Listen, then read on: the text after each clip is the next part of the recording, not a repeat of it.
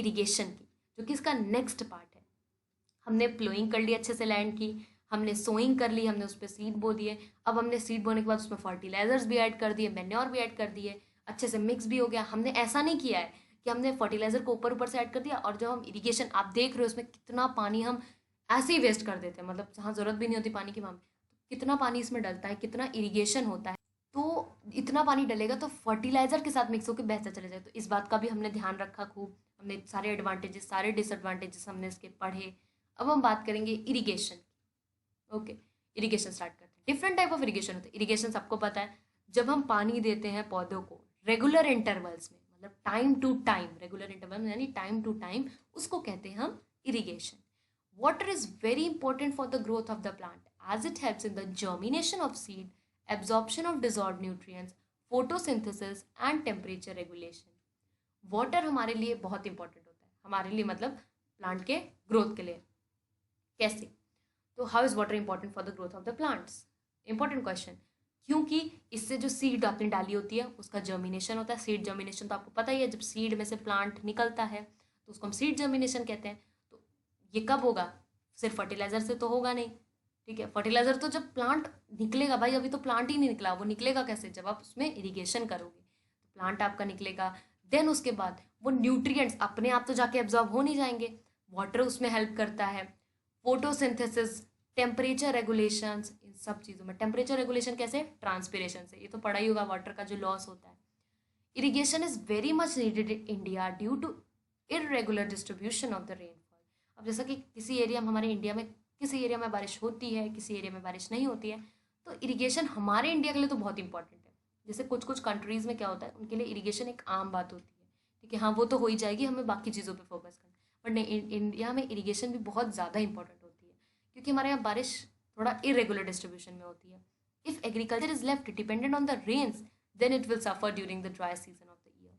अगर आपने एग्रीकल्चर को स्पेशली अगर आपने बारिश के भरोसे छोड़ दिया तो आपको बहुत सफ़र करना पड़ेगा। आपके जितने पैसे, आपने जितना प्लोइंग, आपने खुद देखा कि आपको पढ़ने में जब इतनी मेहनत लग रही है प्लोइंग और सोइंग, तो जो एक्चुअली ये प्लोइंग और सोइंग करता होगा उसका कितना नुकसान होता होगा, ठीक है। तो ये इरिगेशन कितना इंपॉर्टेंट है। सोर्स ऑफ इरिगेशन, सोर्स क्या क्या होते हैं? वेल्स से, ट्यूबवेल से, पॉन्ड से, लेक से, रिवर। आपने अपना खुद का कुआं खुदवा रखा है जिसकी वजह से आप अपना जितना भी फील्ड्स उगाते हो उससे आप सारा वाटर दे देते हो, मतलब अपने फील्ड्स में इरिगेट करते हो। तो सबका अलग अलग जरिया होता है, सोर्स होता है। Tube wells, pond, lake, river, dams, canal, किसी भी उससे। वेल्स आप देख रहे हो, कैनाल्स आप देख रहे हो, रिवर्स आप, एक्चुअली रिवर है, रिवर्स आप देख रहे हो, तो ये सब चीज़ें।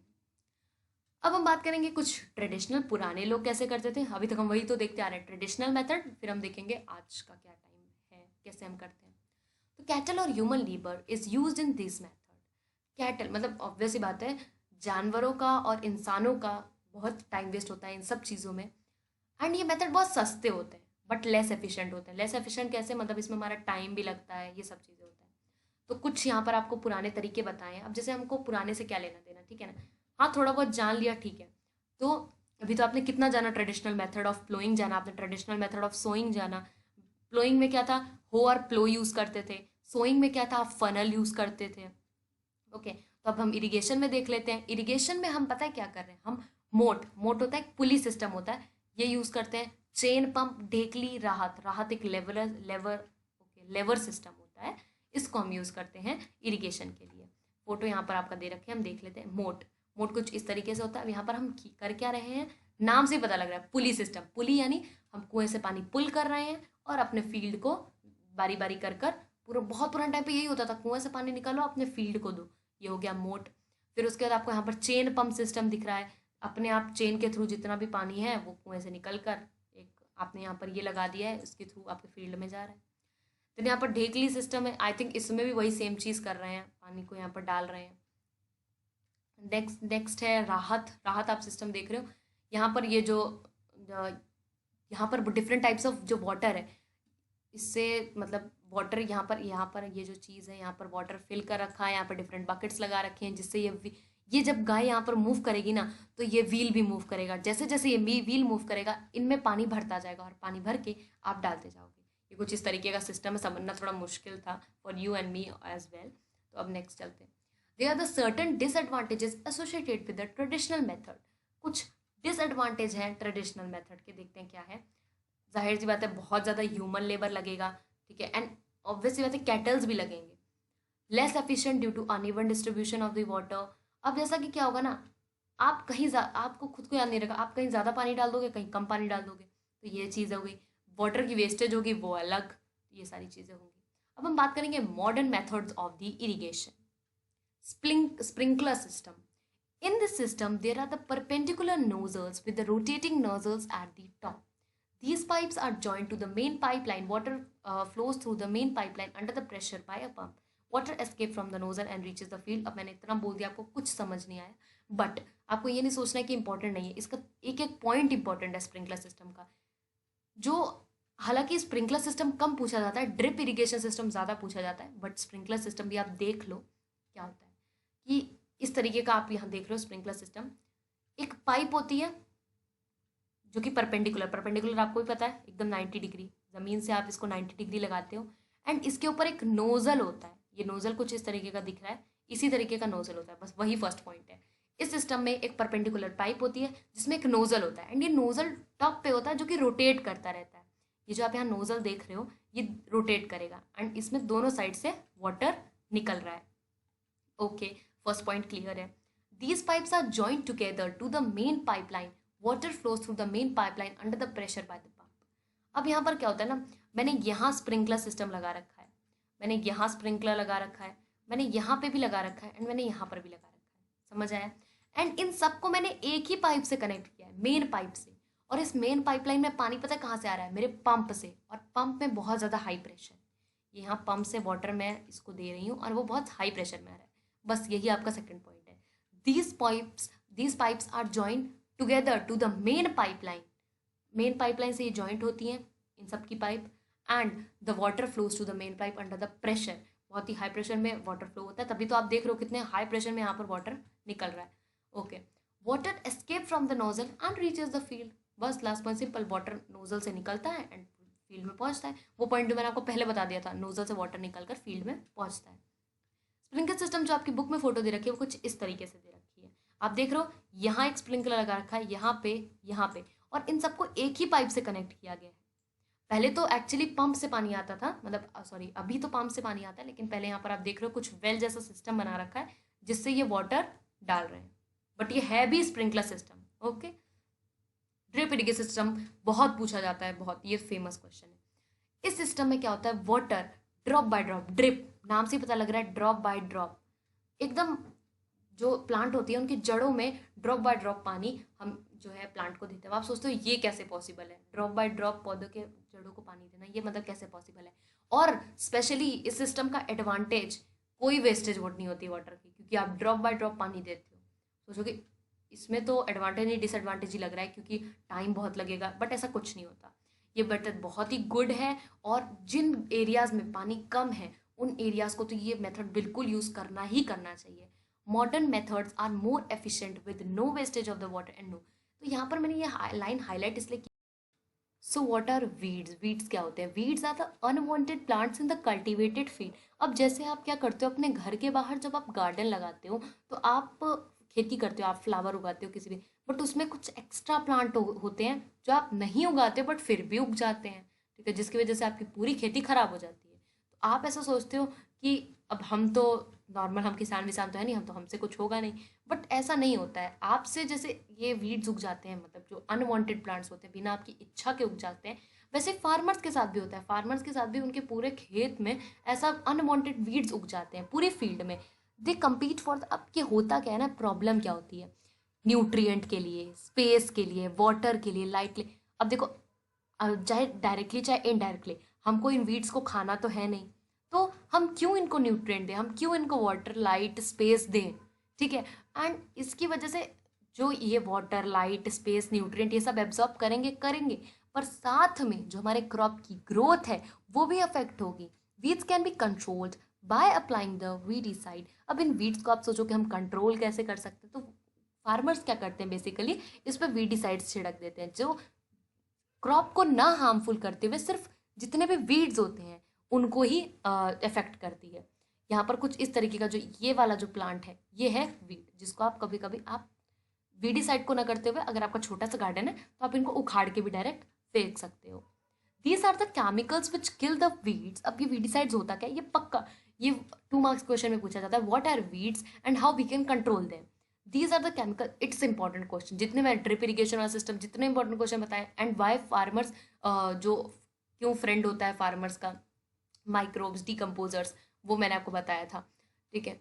तो these are the chemicals which kill the weeds without damaging the crop. क्योंकि अगर आप ये चीज़ भी लिख दोगे ना, यही बस एक चीज़, तो आपको नंबर मिल जाएगा, लेकिन अगर ज़्यादा नंबर पे आएगा तो आप सारी चीज़ें इंक्लूड कर सकते हो।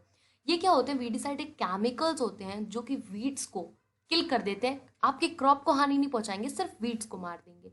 These chemicals are diluted with the water and then spread with the sprayer to the field. अब इस केमिकल्स, अब ये ऑब्वियस सी बात है, वीडीसाइड कोई अच्छी चीज़ तो है नहीं, केमिकल्स है, तो ये केमिकल्स को हम वाटर में मिक्स कर कर इनको पतला कर देते हैं, डाइल्यूटेड यानी पतला, ठीक है। And then spread with the sprayer to the field, और फिर हम एक स्प्रेड, जैसे बॉटल जो आती है स्प्रेड की, स्प्रे करने की, उसमें हम डाल के पूरे फील्ड में हम इनको स्प्रे कर देते हैं। Since this chemicals are the toxic, बहुत ही टॉक्सिक होते हैं नेचर में, therefore farmer should cover their mouth, इसलिए फार्मर अपना माउथ, नोज, हैंड सब कुछ कवर करके रखते हैं ताकि बॉडी के अंदर ना चला जाए, बहुत हार्मफुल होता है, ठीक है। वाइल अप्लाइंग द वीडीसाइड, जब ये वीडीसाइड छिड़क रहे होते हैं, आप देखते होगे कुछ छिड़कते हुए, तो वो यही होता है, वीडीसाइड्स ही होते हैं, स्प्रेइंग वीडीसाइड्स। अब हम बात करेंगे हार्वेस्टिंग की। हार्वेस्टिंग हम बेसिकली करते किससे, ये वाला टूल तो सबने ही देखा होगा, ठीक है। जो फार्मर, जो जिनके पास ज़्यादा पैसा नहीं है, जो नहीं अफोर्ड कर सकते हैं, तो अपनी जी जान मेहनत करके जो खाना खाते हैं उसको जो है हार्वेस्ट करते हैं with the help of the sickle. Harvesting is a cutting of the crop after it is matured. जब आपकी क्रॉप मेच्योर हो जाती है, जब आपकी क्रॉप फसल, जो आपकी फसल है वो पक के तैयार हो जाती है, खाने लायक हो जाती है, तब हम उसको हार्वेस्ट करते हैं, काटते हैं। It is usually take 3 to 4 months for a cereal crop to mature. अब जैसे 3 से 4 महीने, अब जैसे मैंने पढ़ा होगा 3 से 4 महीने, तो आपको लगा होगा काटने में, हार्वेस्टिंग करने में 3 से 4 महीने कैसे लग सकते हैं, तो ऑब्वियस सी बात है, 3 से 4 महीने हार्वेस्टिंग करने में नहीं, क्रॉप को मेच्योर होने में लगते हैं।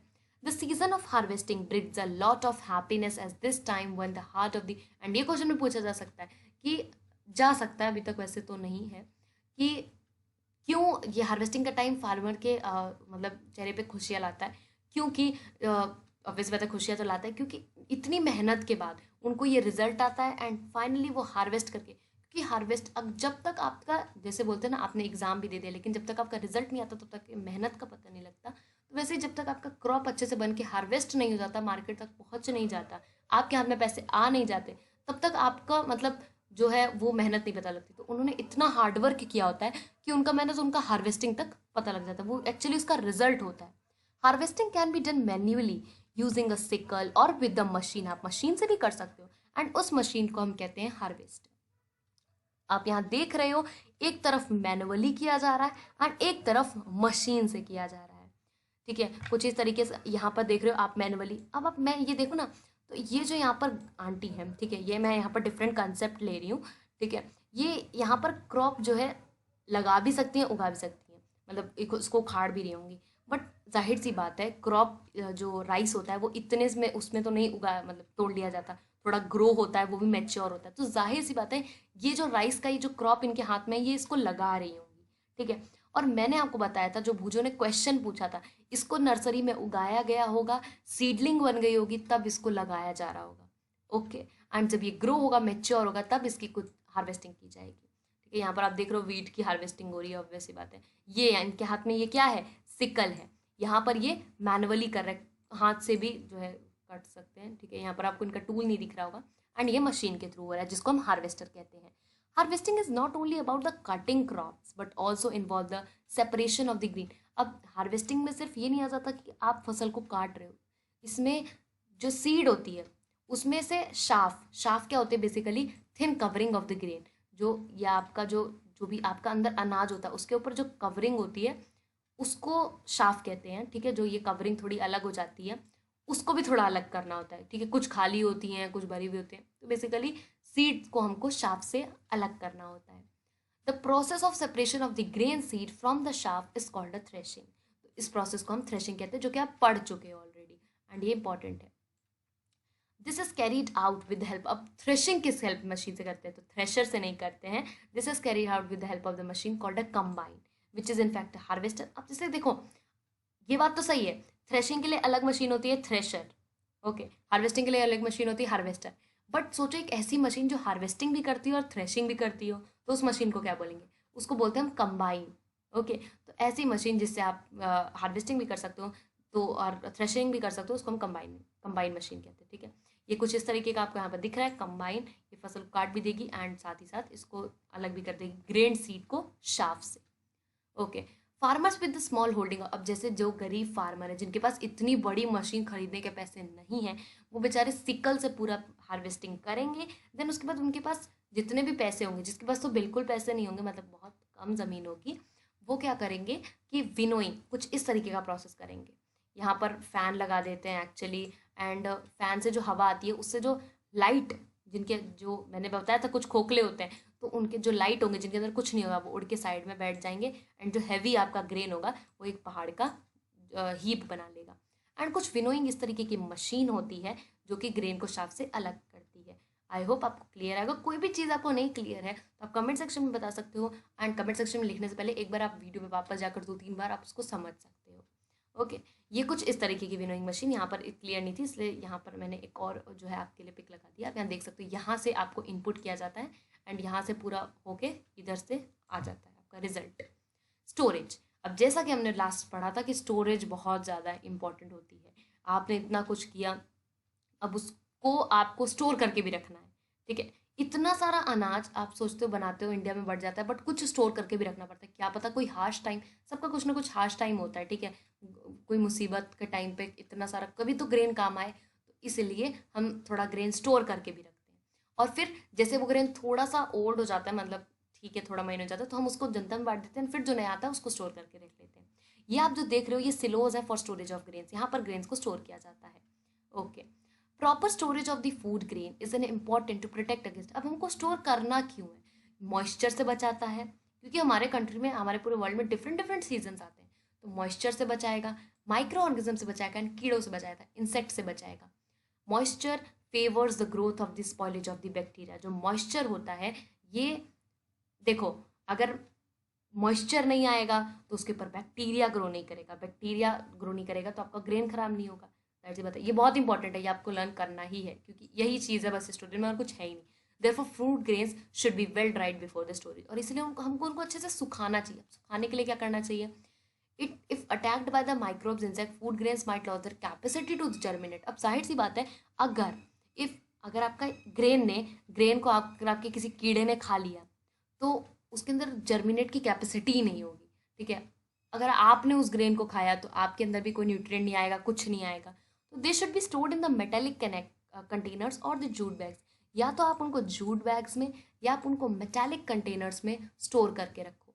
नीम लीव्स, या तो आप इतना नहीं अफोर्ड कर सकते तो आप नीम लीव्स को भी यूज़ कर सकते हो माइक्रोब्स को प्रिवेंट करने के लिए। तो बेसिकली ये पूछा जाता है what we can do to prevent our crops, ठीक है, हम क्या कर सकते हैं। तो उनको मेटालिक कैरेक्टर कंटेनर्स में स्टोर करो, जूट बैग्स में स्टोर करो, एंड नीम लीव्स आप यूज़ कर सकते हो माइक्रोब्स और इंसेक्ट्स को अपने पूरे क्रॉप को बचाने के लिए। They contain the alkaloids which repel the pathogens, जो भी पैथोजेंस होते हैं यानी जो भी इंसेक्ट्स होते हैं उनको प्रिटेंड करता है क्योंकि इसके अंदर एल्कोलॉइड्स होता है। ओके, एंड ये सारी चीज़ें आप देख लो कैसे करना है। वेल ड्राइड, ये बहुत इंपॉर्टेंट पॉइंट है, ये सेकंड वाला थर्ड वाला ये सब प्रिवेंट के मेजर्स हैं।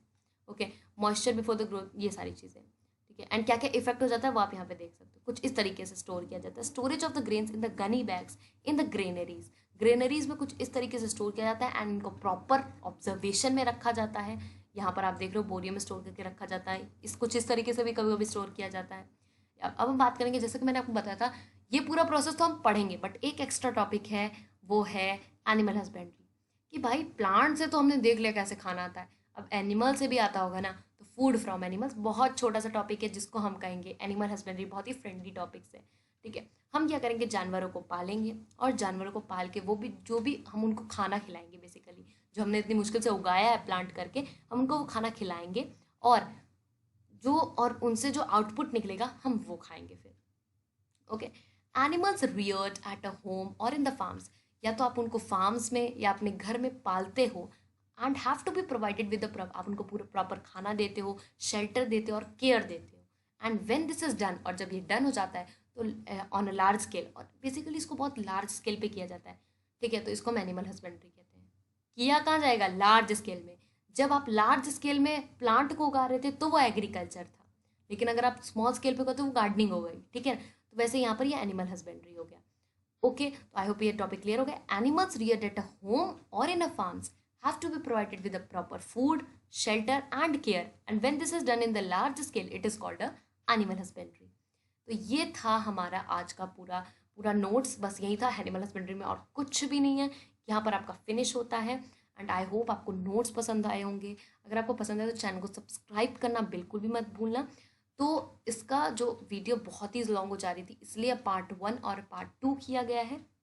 ओके, ऑब्वियसली बात है, अगर आपको पार्ट 1 इंटरेस्टिंग लगेगा तो आप पार्ट 2 पे ऑब्वियसली जंप करोगे। ओके, तो ये सारी चीज़ें हैं। एंड इसको शेयर ज़रूर करना अपने क्लास ग्रुप में, please, it's my request. And ताकि और ज़्यादा से ज़्यादा लोगों को पता लगे, क्योंकि मेहनत बहुत ज़्यादा लगती है। ओके, तो ये सारी चीज़ें थी। एंड आपको वीडियो पसंद आएगी तो लाइक ज़रूर करना, शेयर ज़रूर करना, सब्सक्राइब करके कमेंट ज़रूर करना वीडियो कैसी लगी। जो भी डाउट हो आप कमेंट में बता सकते हो। ओके, MCQ वीडियो भी ज़रूर देखना। एंड नेक्स्ट चैप्टर का जो वीडियो लिंक है वो आई बटन में और डिस्क्रिप्शन में भी आपको मिल जाएगा। Thank you very much. Have a nice day.